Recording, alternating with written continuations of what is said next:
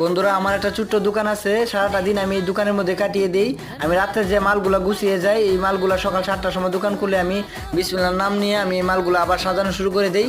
এবং দেখা যাচ্ছে সবগুলো মাল সাজানো হয়ে গেলে আমার যেগুলা মাল অবশিষ্ট থাকে এবং যেগুলো ছোটো হয়ে যায় এই চিপসগুলো আবার জোড়া দিই। এবং বন্ধুরা, নতুন যেগুলা প্রোডাক্ট অর্ডার দেওয়া থাকে, যে কোনো চিপস অথবা যে কোনো বিস্কিট, চানাচুর এগুলো অর্ডার দেওয়া থাকে, সবগুলাই সকালবেলা দিনের শুরুতে গুছিয়ে দিই এবং গুছিয়ে দিয়ে এগুলো সবগুলো ঝুলিয়ে দিই।